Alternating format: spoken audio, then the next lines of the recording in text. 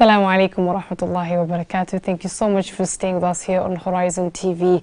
This is the Muslim Insight, the show that brings you your weekly news recap on matters affecting the Muslim community in the country and across the world. My name is Nadia Osman and my sign language interpreter today is Mr. Abdul Wahab. Now, before we get into the topic of today, first let's give you the headlines.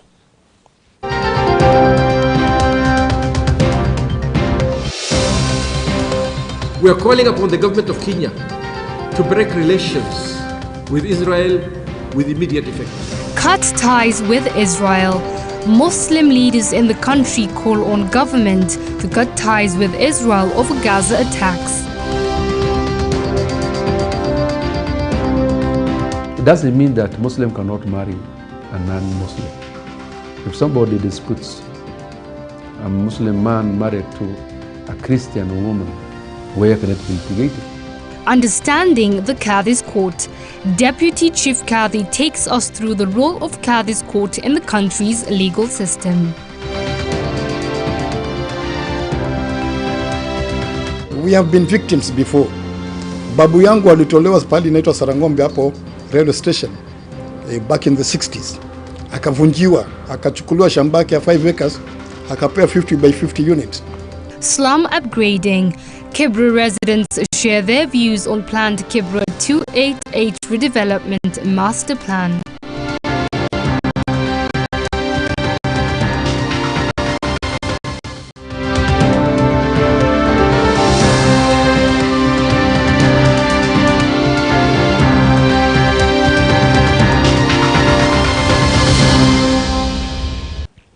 Now, on our top story, Muslim leaders in the country have voiced their concerns about Israel's continued blockade and indiscriminate bombardment from the air, sea and land of the Gaza Strip. Speaking at Jamia Mosque, Nairobi on Sunday, the Muslim leaders led by the National Muslim Leaders Forum chairperson Sheikh Abdullahi Abdi urged Kenyans to stand in solidarity with Palestine. The leaders announced that Muslims in the country are raising funds to help those affected in the ongoing war between Israel and Hamas.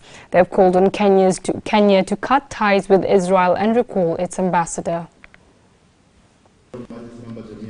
In a joint statement released on Sunday, the Muslim leaders expressed their deep distress over the persisting Israeli-Palestinian conflict and the suffering endured by the Palestinian population.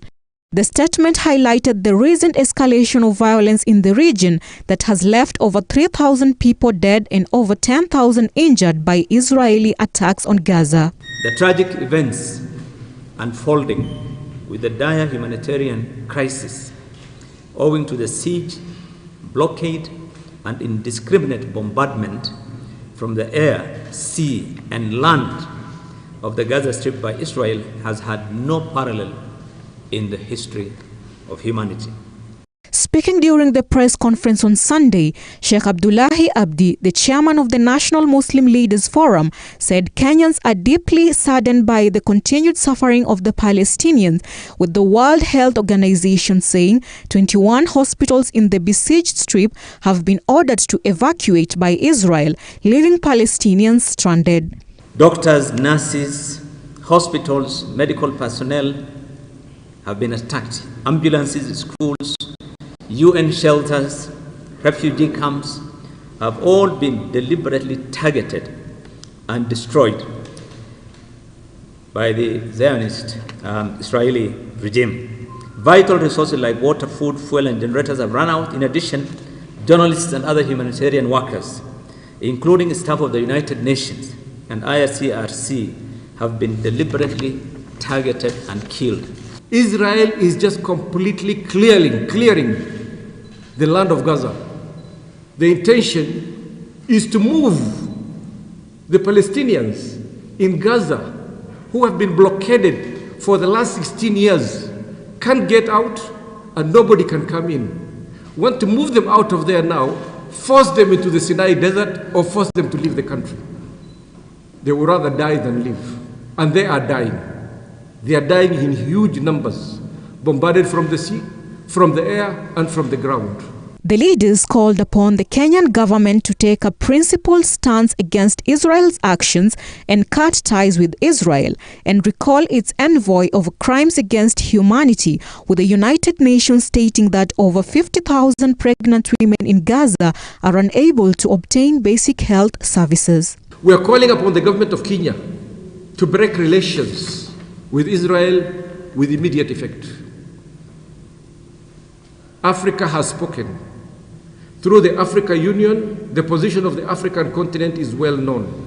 And if possible, send away the Israeli ambassador immediately and recall our ambassador in Israel to come back as a matter of solidarity to the people of Palestinians.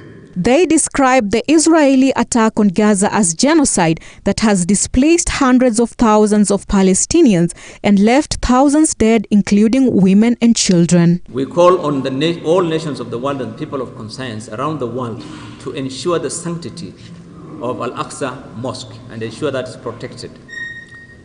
Number two, to put all forms of pressure on the aggressor, Israel, and those supporting this aggression, so that they immediately cease the shelling, bombardment, siege, and blockade of Gaza and its population. Three, we call on the world also to open humanitarian corridor to the Gaza Strip. Number four, restoration of vital supplies like water, food, medicine, fuel, and other essentials. We are calling upon the people of the world, Kenyans included, to stand up in solidarity for justice. It's not a question of who and who. It's a question of human being. It's a question of human being being killed for just being born a Palestinian and being born in Palestine. The humanitarian situation in Gaza is rapidly deteriorating, and the UN Relief and Works Agency for Palestine Refugees has issued a stark warning on the organization's ability to continue to deliver assistance to the hundreds of thousands of people in need in Gaza. We stand in firm and unwavering solidarity.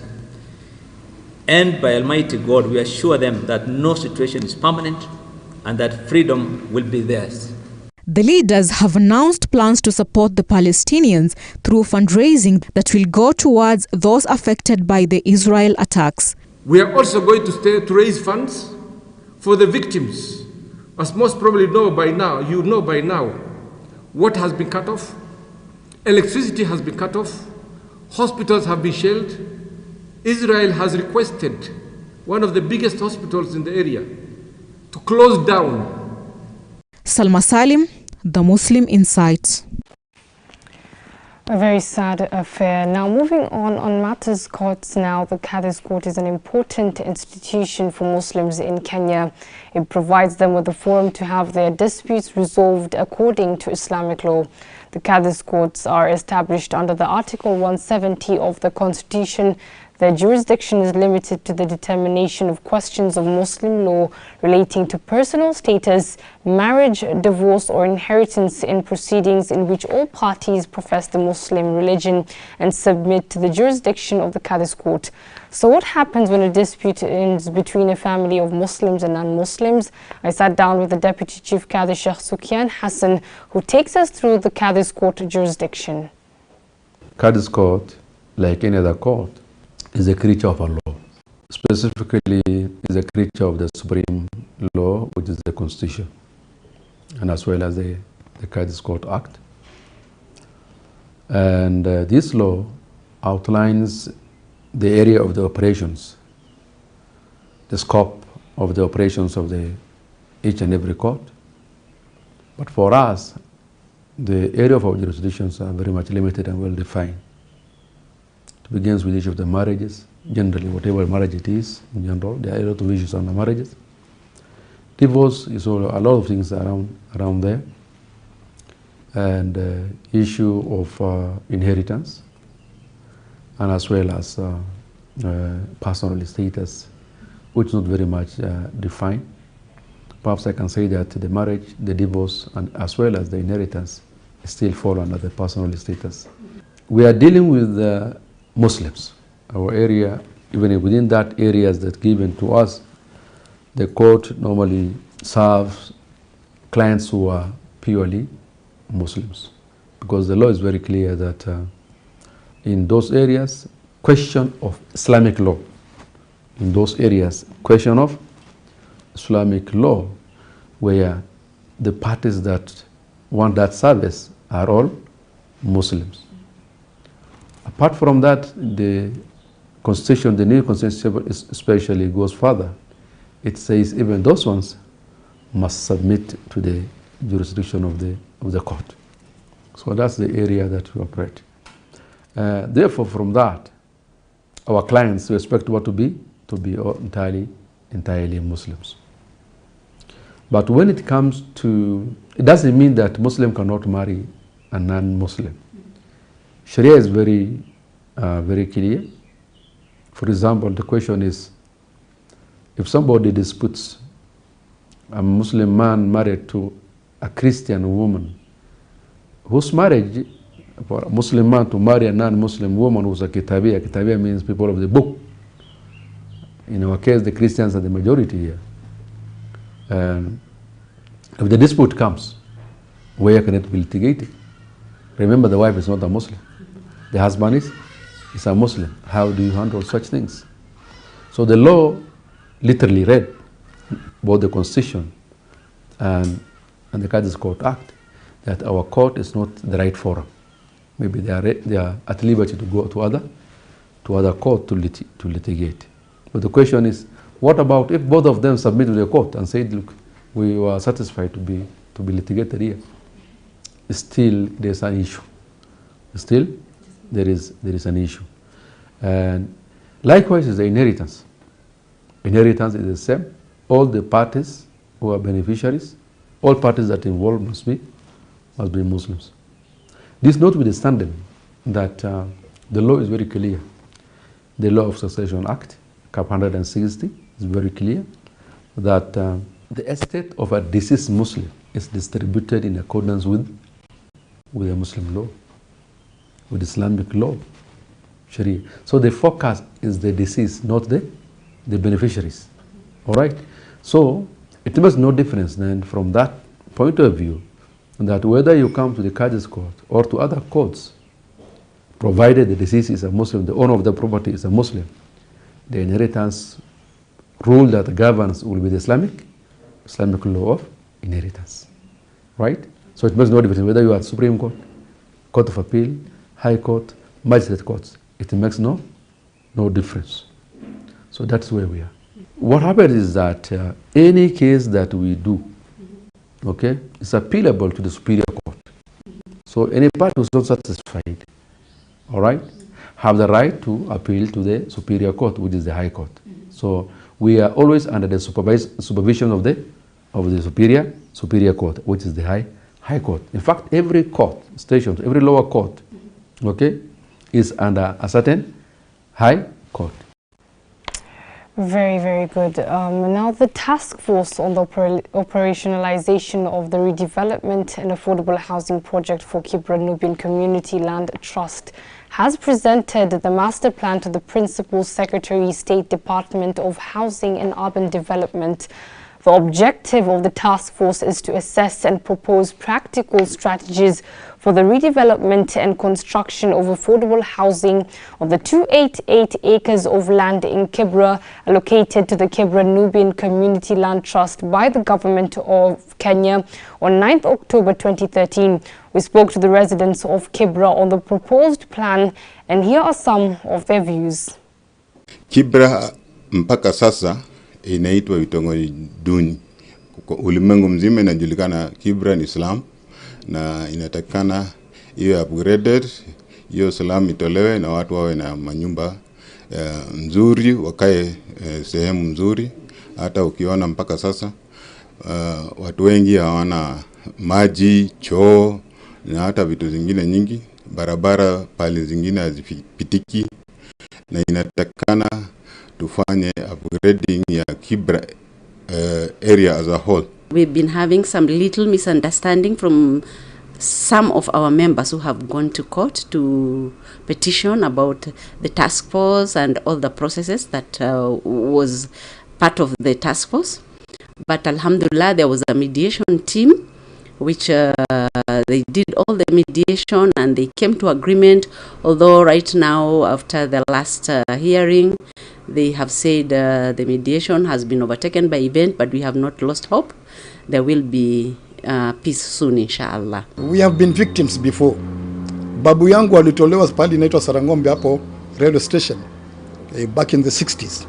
Akavunjiwa, akachukuliwa shamba yake ya 5 acres, akapewa 50 by 50 units, which is not even sufficient for his family. So we know these things, Lomle, Salama, Toi, Galalima, Gumberdu. We have been victims before. Lakini saizi tuko na title.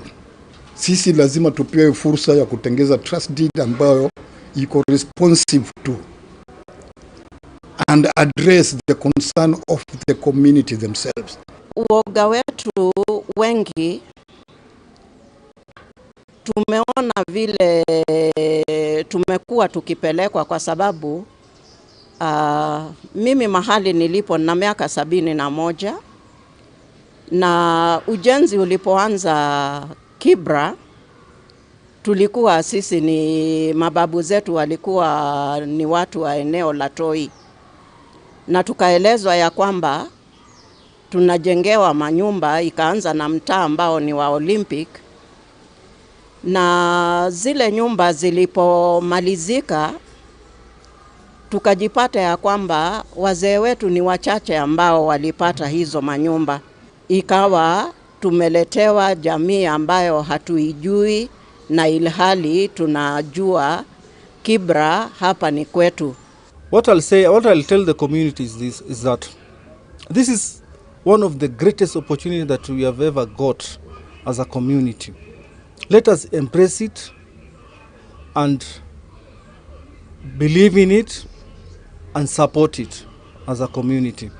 Alhamdulillah, tangu tumeanza hiyo kumkakati ya chini ya kuongea na watu, kuna manufaa. Watu wengi sana walikuwa wamekata tamaa kwa sababu jamii imekuwa promise mwaka nenda mwaka rudi, lakini vitu haifanyiki. Alhamdulillah, inaonekana kama kuna mwangaza kwa sababu jamii wanataka hiyo kitu ni kama ianze leo. After that report, if everything goes well, our lives will change drastically. And if us, the community, play with this, what the recommendation, we will have lost. And somebody else will take that because it's going to be something very nice, beautiful, and implementable. Thank you for that. Now moving on to Uasin Gishu County, where members of the Somali community in Eldoret have expressed concern over alleged discrimination by the government during the issuance of identification cards and passports for in the area, led by their chairperson Mohammed Jama. They say they are subjected to unfair vetting process while applying for passports and identification cards. The community is now calling on the government to make it easier for them to obtain these important documents. Lakini ya Somali iko Eldoret iko tofauti, unapewa conditions ambayo haiko mahali pengine, na hiyo tunaona si haki hata kidogo. Members of Somali community had an appeal to make to the Department of Immigration, led by their chairman Mohammed Jama. They say the process of acquiring official documents like identification cards, passports, and even birth certificates continue to be a nightmare to most of them. They have decried long vetting process which is not subjected to other Kenyans. Baki siku hizi ni mtoto akienda kipande kwanza, tukianzia chini wanasumbuliwa kupata kipande. Na unavyojua Somali ni watu kusafiri ni nomads. Wengine wako hapa, labda baba yuko hapa au kijana anakuja kujisaidia kutafuta amesomea hapa, akitaka kitambulisho atakiwa arudi mpaka kama ni Mandera, anatakiwa aende Mandera. Kama hapa anaambiwa kwenda leta original ID ya baba na mama na vitu kama hiyo vingine ni ngumu. Ugas Abdikadir Sheikh Mohammed has been a resident of Uasin Gishu County for more than 60 years. He says his son applied for a passport 8 months ago, but he is yet to receive it. Abdikadir says his son is being treated with suspicion even though he was born in Eldoret and he is a Kenyan. Miezi 8 mpaka saa hii nitafuta passport. Ni haki yake, lakini mpaka saa hii kuuliza wanamwambia iko kwa process. Hii process siji haiishi kwa sisi, lakini kwa watu wengine Baada ya wiki moja watu wamepata haki yao ya kusafiri. Sheikh Abdirizak Hussein, Deputy Imam at Jamia Mosque Eldoret, expressed his disappointment on how government institutions continue to treat the northeastern communities unfairly as if they were refugees in their own motherland. Nasikitisha kuonekana kwamba sisi kama raia ambaye kwamba ni wa Kenya, ambaye ni wazalendo wazuri, ambao kati yetu kuna wafanya biashara wale wanalipa tax, na pia tuna haki zetu kama wengine ambao kwamba ni raia wa hii nchi, tunawekwa kando na kufanywa kama second class citizen, kwa sababu haki ambayo kwamba wale wengine wanapata, pia sisi tuna haki ya kupata hiyo haki. Kama wale wanapata kwa wiki moja, pia sisi tunafaa kupata kwa wiki moja, kwa sababu serikali ni moja, pia sisi raia ni moja. They have called upon the Department of Immigration, led by PS Ambassador Julius Bitok and other leaders, to intervene and save them the troubles of unfair treatment. Getting passports, an identity card, and even birth certificate is hard in this country. But woe unto you if you come from the northeastern region part of Kenya, as many claimed. You will be vetted more than as usual, and also you will wait for longer, despite the northeastern community having some of its sons and daughters occupying the highest positions in a government that should equally serve her citizens.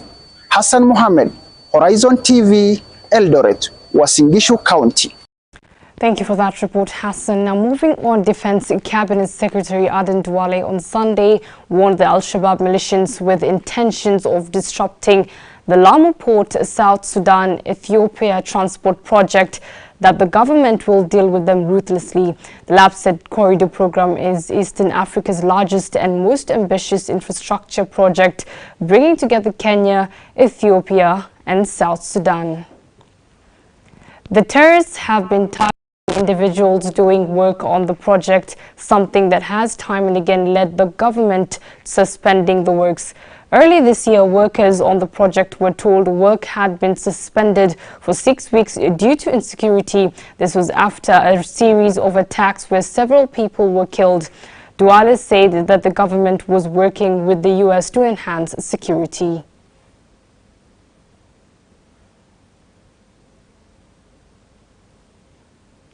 Wale walikuwa wanaua watu sasa wamekosa mahali ya kuingia.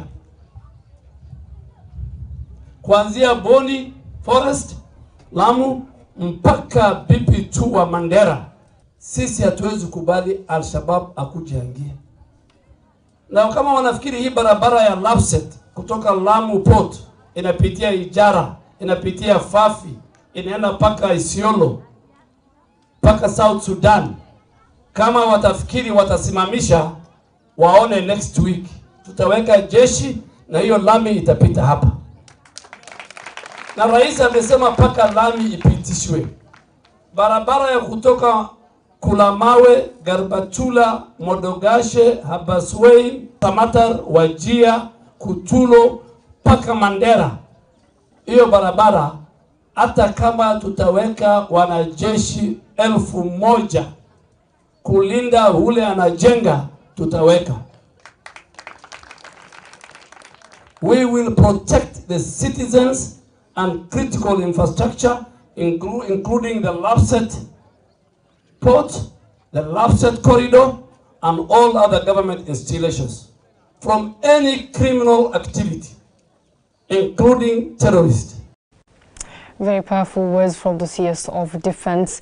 Now moving on, the Superior Homes Kenya is taking the real estate business to unprecedented heights, ensuring that more Kenyan families have access to comfortable, eco-friendly and well-planned housing solutions. The company is dedicated to creating affordable yet sophisticated living spaces that offer not only comfort and convenience, but also an enhanced quality of life.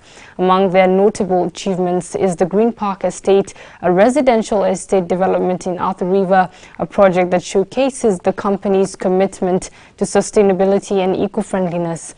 The estate boasts of innovative features like solar power, rainwater harvesting and green spaces, setting a precedent for eco-conscious living in Kenya. As economies grow, people spending power within an economy increases. But that's also then linked with an increase in house prices. As economies grow, as infrastructure improves, as roads come into place, as amenities get closer. So there is a direct correlation almost between your increase in incomes and your increase in house prices. So all of the units that we now have at Green Park are sold, even in this cluster 6 where you are standing. And it's something that we are proud of because it's a testament to track record in the market. But real estate from an occupancy perspective, especially with residential in Kenya, has always been very, very high. It's always primarily been, especially closer to Nairobi, a renter's market. But with lifestyle developments such as ours, where you can live a little bit out of the city, for the same price point as, say, living in an apartment in the city, you can get a really nice house. People then buy. So it's young families who are buying, young professionals who are in formal employment. And interestingly for us, it's almost 50% between installment payments and mortgages, which is good because it's also encouraging a vibrant mortgage market for our buyers within Green Park, because if banks are supporting you, then banks are supporting clients, and it shows that they have faith in the product. Superior Homes we're always continuing to look and see how we can participate in the affordable housing agenda. But our price points for houses are between 15 million to 25 million. That's not your affordable housing space. It's bang in your middle income housing space. There's a lot of exciting discussions ongoing with the affordable housing space.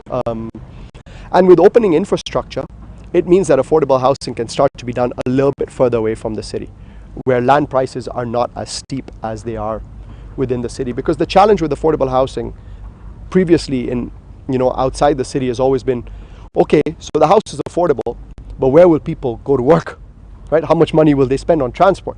And maybe what you're replicating in terms of house costs, people will be spending on transport.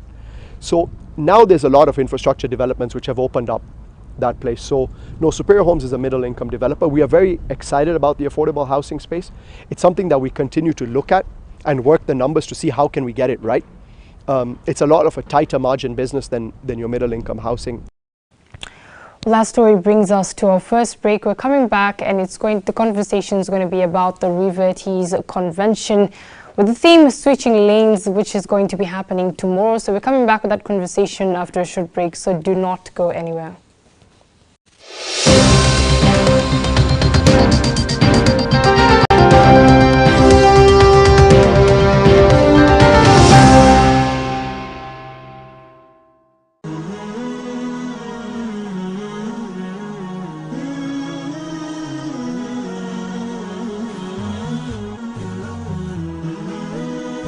Horizon TV, the beacon for the nation.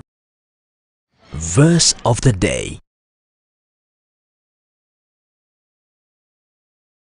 أعوذ بالله من الشيطان الرجيم. بسم الله الرحمن الرحيم. والذين إذا أنفقوا لم يسرفوا ولم يقتروا وكان بين ذلك قواما. والذين لا يدعون مع الله إلها آخر ولا يقتلون النفس التي حرم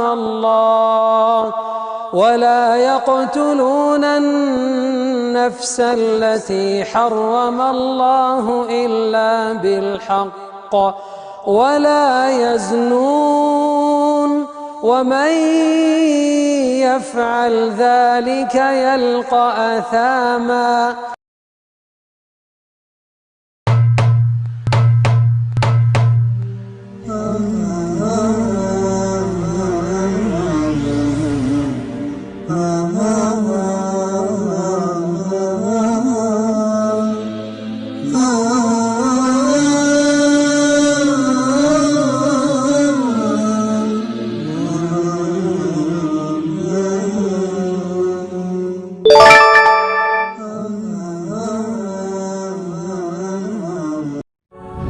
on the next episode.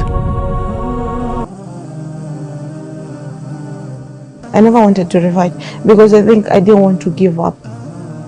My dress code, my hair, the styles I used to do on my hair, the way I used to wear. So I was feeling like, ni sawa, but is it a must, like I cover up? Is it a must? So alikuwa ananituma kwenda Nakuru, naenda naongea na huyo Maalim, so that Maalim pia whatever, so that I can, yani whatever he's telling me ni ascertain, so I can ascertain whatever he's telling me is the truth. So nilikuwa naenda, we go, he'll tell me, mi naenda tu sababu he's telling me, but not because my heart is, I'm not in it.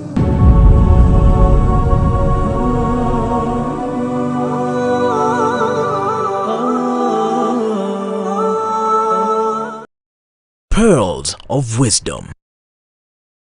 Abu Sa'id al-Khudri, may Allah be pleased with him, narrated that the Prophet sallallahu alaihi wasallam said, "O Allah, I take refuge in you from anxiety and sorrow, weakness and laziness, miserliness and cowardice, the burden of debts, and from being overpowered by men."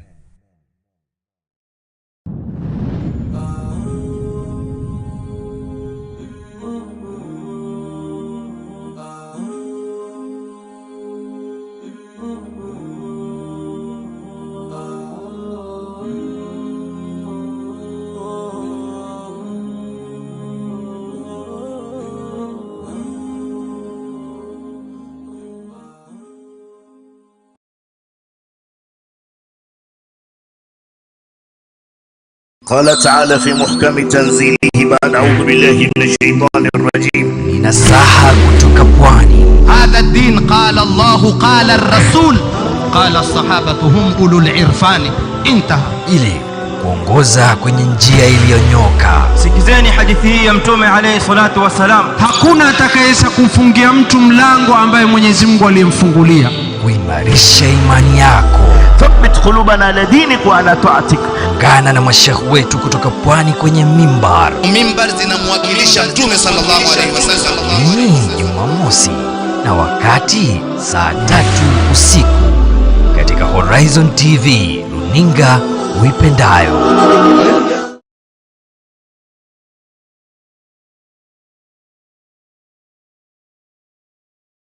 Quote of the day. Uthman bin Affan radiyallahu anhu said, "Do not quarrel and do not create differences among yourselves. Hold fast to the rope of Allah and maintain unity in your ranks."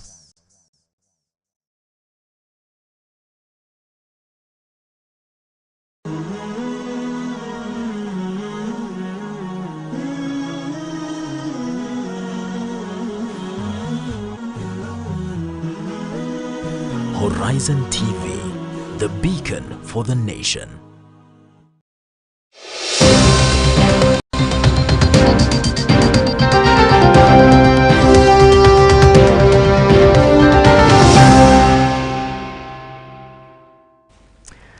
Assalamu alaikum wa rahmatullahi wa barakatuh. Thank you so much for staying with us here on Horizon TV. This is the Muslim Insight. Before we went on a break, I mentioned earlier that we're coming back with the topic of discussion, which is going to be all about tomorrow's event that's going to be happening at the Bomas of Kenya, which is the Rivers Convention with the theme Switching Lanes. And joining me in studio is none other than my beautiful sisters, Umi Wabomba and Ustadh Aisha Ongara. Assalamu alaikum. Assalamu wa rahmatullahi wa barakatuh. How are you? Fine, alhamdulillah, and you? Alhamdulillah. Thank you so much for joining us to discuss this important event that's going to be happening. And just, you know, you're behind the scenes, you know, you've been organizing, both of you, the event that's happening tomorrow. I want us to talk about it. What's happening exactly? Probably you could tell us. Bismillah. Thank you so much for the opportunity to talk about our event tomorrow. As you rightly put it, it's called the Rivers Convention. Yes. And we've been getting questions on why Rivers Convention. So maybe I can briefly say the word Rivers is mostly for Muslims who choose to embrace Islam maybe as adults. They make a decision, maybe they were practicing other faiths, they get knowledge about Islam, and they decide to become Muslims. So the basic teaching in Islam is submitting to the Almighty, Allah. So any human being submits, right? Yes. So when you choose the faith of Islam, you revert back to your natural state, which was to submit wholly to the Almighty. So that's why it's called rivers. You revert back. Yeah, so that's why we called it the Rivers Convention. And mostly we just want, of course, we are welcoming all Muslims. We don't want to say it's only Muslims who have embraced Islam in adulthood. Any Muslim, even non-Muslims, or we can call them people of other faiths, are welcome. It will be an opportunity to learn more about Islam, both for those who are practicing, those who might be interested in Islam, those who might be having questions about Islam. So it's really a mix of all of us, Rivers, Muslims who are practicing, non-Muslims or people of other faith who want to know more about Islam. And that's why some of the topics that even the theme, switching lanes. I wanted to come, I wanted to even ask you about that. The theme is switching lanes. Probably you could expound on that. Yes, so the theme was very intentional. Switching lanes, and what I've just said about rivers. You switch. You are practicing your life in a certain manner, and you decide to change and move to a different way of life, or to a different lifestyle. So you switch from whatever you had been practicing before to a new way of life. That's you switching lanes. That was very intentional. And switching lanes could be even you as a practicing Muslim, or even if your family is all Muslim, you could decide, maybe now I want to practice my faith better. Maybe I wasn't doing this so well. Let me now decide to do it better. If it's praying, maybe I was praying not all the 5 prayers, or maybe I pray all the 5 prayers, but now I want to add the voluntary prayers. So every one of us, there's an opportunity to become better. There's an opportunity to switch from what you're doing now to a better lane. Very well put. Just now moving to Ustadh. Assalamu alaikum. Wa alaikum salam wa rahmatullahi wa barakatuh. I want you to provide an overview of what exactly should people be looking forward to tomorrow. Alhamdulillahi Rabbil Alameen wa salatu wa salam ala Sayyidina Muhammad. You know, Islam is the most misunderstood religion until today. And Islam has been there for 1,450 plus years. And it's a platform for born Muslims to understand what they're missing in not being able to propagate their religion, in not studying, in missing opportunities when they meet somebody who's just come to Islam, to guide them through, to help them in the transition. I'd like to tell many Kenyans, and not only in Kenya, but I'll stick to Kenya. Many people, I'm a Kikuyu, and you can imagine, Nadia, just going to Murang'a, or 50 kilometers from here. There's so many people who have never interacted with a Muslim. They have no idea that Islam is a universal religion. I just went to my uncle's funeral not long ago, and I went late. In the tent, everybody was fleeing because I was wearing black. They thought I had come, you know, a terrorist had come. I'd like to ask the Muslim, the born Muslim, is it okay that after 1,400 years plus that Islam has been here, the first hijrah of Prophet Muhammad ﷺ, who sent the persecuted Muslims in Mecca to East Africa, and today my tribe, I'm talking for my Kikuyu tribe, last time I checked we were about 11 million. We can hardly have 200 Muslims. So misunderstood. 50 kilometers away from Nairobi, people have never heard the adhan. Is it fair to our Prophet Muhammad ﷺ? How do you live yourself? How the Prophet ﷺ, in 23 years changed the whole world. What have we done with this message. We believe, we Muslims, that it's a universal religion. Our Prophet Muhammad ﷺ is the only prophet who was sent to all humanity. But still, my people and many Kenyans believe Islam is only is a cultural or something for only the Arabs, the Somali, and the Swahilis. I feel so strange, and that's why we're having this convention. That my relatives still ask me, why did you become a warrior? And I feel so bad. And that's why we're giving people an opportunity to understand what Islam is.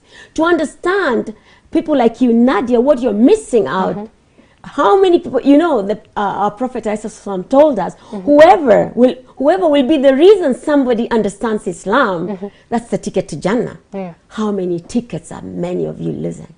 Is it fair that after the Prophet ﷺ sent the first persecuted Muslims from Mecca to East Africa, not to Russia, not to Europe, and how is it, me personally, how is it that in East Africa, the Kikuyu people have not known Muhammad ﷺ?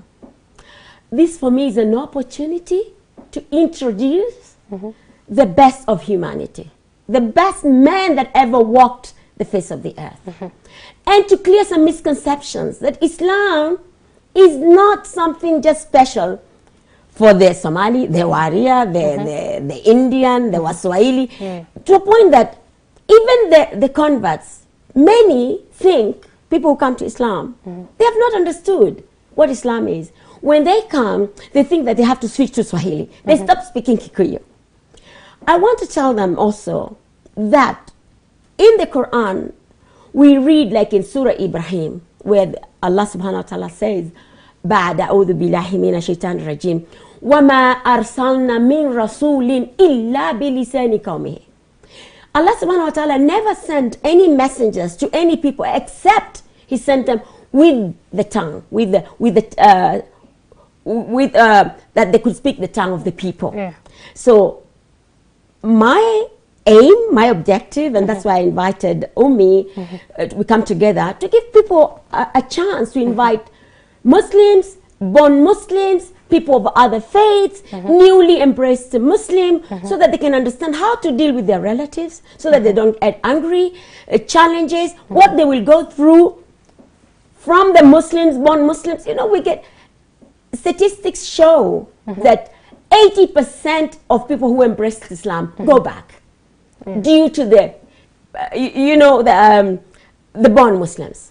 Well, we don't know how to receive them. So we want to talk to the newly reverted Muslim, not to worry, how to deal with their non-Muslim relatives, how all these things. There's so much people have to expect in this conference.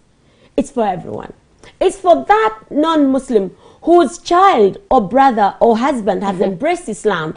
We want to lift the fog and clear the misconception why we switched lanes. Very, very well put, Ustaba. And just to ask Umi, Ustaba has gone into detail all about inclusivity and opening the conference up. Do you think that this is now what people should be thinking about, regardless of their religion, regardless of their cultural backgrounds? Thinking about while coming tomorrow, they should be able to remind themselves that it's all about just come and understand Islam. Yeah, I think it's nice to clear that. You know, when we use the word rivers, we've gotten the feedback that now are you saying it's only for people? Muslims are not just born Muslims, but people who have embraced Islam maybe recently.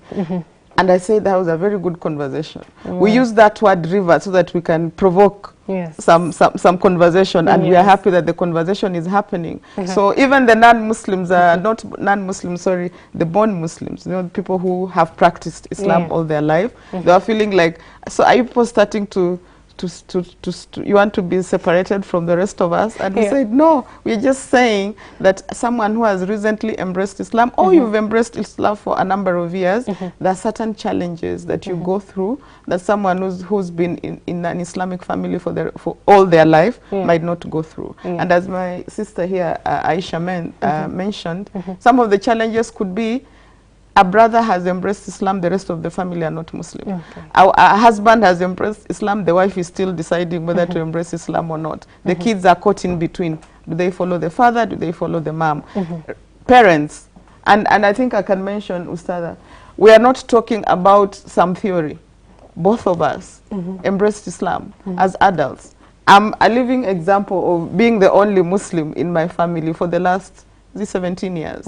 So we are not being just theory, putting up an event that we've walked the path. Yes. We've gone through the challenges, and maybe we'll talk about even why we have invited the main speaker, who will be at the conference, Usada Aisha Prime. Yes. She is also a revert, where you are the only Muslim in the family. And here you are trying to practice your faith, seeking knowledge, as my sister has said. What kind of knowledge? Because we also know that in Islam, there's beneficial knowledge, there's authentic Islamic knowledge, and there's knowledge that you can get on Sheikh Google. Yes. So we also want to say seek knowledge, but beneficial knowledge. Very well put. Before I'm coming back to you with, I wanted us to get a feel of what are some of the topics that are going to be discussed. But before I get back to you, I want to ask Ustadha Aisha Wangari, tell us about the speaker who's going to be there tomorrow, inshallah. Oh, Aisha Prime.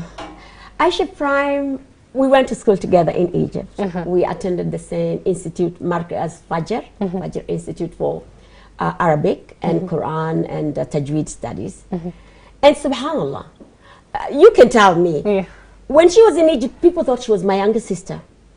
And when she went back to America, she would give talks, and people would call me and tell me, Aisha, that was a very good talk. They thought it was me. And so that's how we got very close, me and Aisha, because she went to Australia, and people came to see her and thinking they were listening to me. And do we look alike? I would feel very honored. So we became very close, and we have similar teachers. We have the same teachers in many subjects. So she's a revert, the only revert in her family. She's, mashallah, she's gained knowledge. She's married to one of the best scholars I know from Gambia.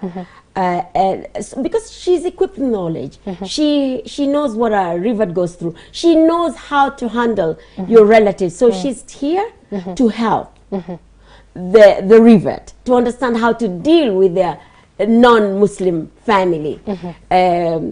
She's here to help to help the Muslims understand what they're missing in not learning, embracing, and putting themselves in the shoes of a new Muslim. Yes. We have to switch everything. Automatically, your clothes don't become abayas. So how do you go about that? It's Nadia, I can't talk enough about what to expect. You just have to be there. Yes. You can't miss not to be there. I will definitely be there, inshallah. And just as I'm coming back to you, Sister Umi, what are some of the topics that people should be looking forward to tomorrow? Oh, we have exciting topics. I mean, I'm also looking forward to the topics myself because they're exciting. Number one is we are going to talk about, and I think one of our speakers, let me mention here, our sister Aisha Wangari, she's going to talk about choosing the path of Islam and being the issue of Muslims being strangers, in quotes. Yes. Yeah, that we are strangers. We are strangers to our families. We are strangers at the workplace. We are strangers with what we eat. We are strangers in how we pray. We are strangers in even how we go to the washroom. Strangers in quotes. So, and our Prophet, peace be upon him, there's a hadith where he said, Islam came as a strange way of life, began as a strange way of life, and it will continue being a strange way of life. To being a, yes. And glad tidings to the strangers. So meaning that, yes, you will always be looking different, from the society that you will be operating in. So our sister Aisha will be handling that topic. One of the other topics, as she said, we expect people of other faiths. And we intentionally picked some topics. One of them is Mary, the mother of Prophet Isa alayhi salam, and the topic we gave her is a woman promised paradise. And yet this is a woman that is discussed in other religions, Christianity specifically. So we want to show even non-Muslims who are practicing other faiths, including Christianity, that we have a woman who is mentioned in both religions. So what is it that is common between Christianity and Islam in relation to Mother Mary, the mother of Isa alayhi salam. The other topic is about prophets. We've actually put the topic as all prophets were Muslims. All prophets. And we're asking, Muslims. Is that a fact or myth? Come and find out. Yeah, I love how you mentioned come and find out. So that's making somebody who was listening very eager to find out more about some of the topics. And I also wanted Ustadha Aisha to take us through what people should be expecting, what time should they be arriving, how long is the event going to be? So we, inshallah, intend to start at 9 and we'll break for Salah. In the morning, we'll have the male speakers. After Salah, we'll have the lady speakers. We have a panel at the end. So, and you're welcome to stay all day because the sitting arrangements is for male and female, and Bomas of Kenya is huge. So, yeah, but for those women maybe, or people who are busy women, and they want to come, at least be there by 2, so you have the women panel and discussion, and you can have an intimate time with Aisha Prime. You don't want to miss any second of Aisha. You know, I feel so honored that we've been postponing this trip for 2 years, and it's finally here. I'll tell you what. Since I know Aisha, every minute you're with her, mashallah, mashallah, I think it's a sincerity, and it comes from the heart. It goes right to the heart.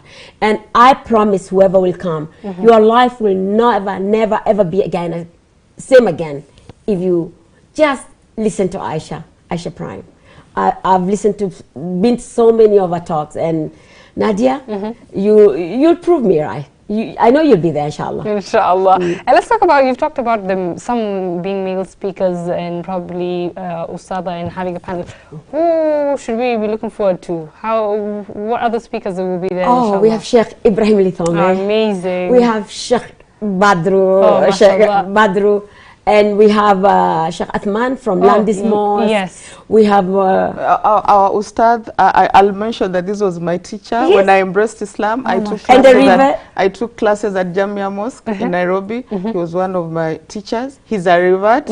So he's called Ustad Harun Musa. Harun Albert Musa. So that you know that he had an Albert life, but now he has a Harun life. So we'll have Ustad Harun. And then for the ladies, as I mentioned, of course, our main speaker for the afternoon session for the ladies will be our visitor, Ustadha Aisha Prime. We're also going to have our sister here, Aisha, as one of the main speakers. Then there's going to be a panel discussion, including the 2 speakers and our sister called Wamboi Kabage, and I'll also be part of the panel discussion. Amazing. And I just wanted to mention, if you allow me, Sister Nadia, that for those who might, for one reason or another, not be able to be physically present, we are making arrangements for a live streaming of the event so that it can be virtual from whichever part of the country. We've received a lot of feedback for people who would love to come, but they're far. So we're also making arrangements for them to access the information. That's wonderful, and that brings me to my next question just for you. How has the response been from people when you announced the tour was happening and this event was happening? Subhanallah, subhanallah. It's been exciting. Nothing short of pleasant surprises. And my sister, can I mention something? When Ustadha arrived, we went to Nakuru, Elementaita area to be specific, because we had some activities with Ustadha as a build-up to the convention tomorrow, and we were doing a groundbreaking ceremony for a women's campus in Elementaita in Nakuru County. And when we drove with Ustadha to that area, we had one of the drivers. We got support from one of our sisters who offered us how to transportation. And we went with the driver, who was not Muslim, but has been interacting and working with a Muslim family. And we had discussions with him, and we felt like he was just at 99% of embracing Islam. And we were like, here coming, switching lanes is actually happening.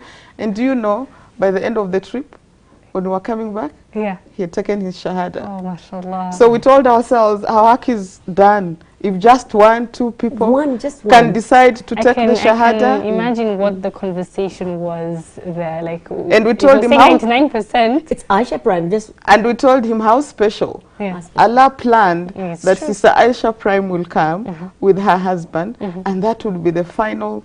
The question you had been having was answered, and you embraced Islam. So that's what we want to achieve. We look forward to more people embracing Islam, and alhamdulillah, the feedback has been good, so we're expecting a productive and fruitful event tomorrow. Of course, with your help. We want more people to attend. Sister Nadia, allow me, if only can. So many of the rivers that want to come are from very, very humble backgrounds. They are from Kawangware, Korogosho, and they can't afford. Please, please, whoever is watching, sponsor a river from Korogosho, from Kawangware, from wherever, to come and see. Even if you don't have to come, just send some money for a river for them to come, and you will get all the ajr, inshallah. That's very, very impactful. For anyone who's going to be attending, can also spare and get someone a ticket. For if you have a ticket and you probably something has come up, you're able to also share, which is very important, because you mentioned the ajr does come at the end of the day, you know. And anything else you'd love to add on from both of you? I just want people to come. It's a holiday weekend. Please rest today. It's Friday. Of course, for Muslims, it's Juma. Please go for your Juma prayers. So tomorrow, then Sunday, if you feel you need to rest, then you can rest on Sunday. But please make time. Come and listen. We got very good feedback from non-Muslims, people of other faiths who want to say those are very interesting topics. So we want you to spend a productive day at Bomas with us, so that you can switch lanes. And come many, because Sister Asha Prime has decided she's going to make Kenya her second home. So, inshallah. That's big news. Yes, and we are starting a school for girls. So, please come many, because she's bringing her curriculum from Gambia to Kenya. And we have, inshallah, starting a girls' school in Elementaita, Nakuru County, only for girls. Dar Aisha campus, inshallah. So, come and make her feel like she wants to come. Like there's a need for her to be here, inshallah. And the theme again is switching lanes. Wonderful. And that I think that wraps up the show. Like we've talked about everything they need, and I think now whoever's been listening is already eager to find out what's happening tomorrow. Unless there's any final remarks that any of you would like to add. I wanted to give the option of how, if people are coming, are they paying? How are they paying? Yes, please. There's a lot of posters and communication that has gone out of the pay bill and the account number, and we keep on circulating. But we also want to encourage those who, one reason or another, you are not able to do the payment on M-Pesa. Please come in with your cash. I think we'll have good security to receive the cash. So we allow both M-Pesa payment, and for those who want to walk in and with cash, we also encourage them to come. So tickets at the gate as well. Very, very good. For those who were not able to get their tickets on time, you mentioned, come with cash, come with M-Pesa. So the vendors, they do. We also have, sorry about that, I'll see that, Nadia. We are going to have the main event of the speeches and the various topics that will be discussed in the auditorium at Bomas, but we've also allowed some of our businesses. We have Muslims who are running a number of businesses who want to come and showcase their products and services. So we're going to have a number of vendors. And of course, it's a day-long event, so we'll have some food vendors, so you can have something to eat. So we're going to have vendors. We have some we're going to have stands with some of our Muslim organizations that distribute literature about Islam. It's going to be free. So if you've been wondering how a Quran looks like, is there an English Quran, is there a Swahili Quran, is there one that is both Arabic and English? We're going to have a lot of free literature that someone can take and carry home, both for Muslims and non-Muslims.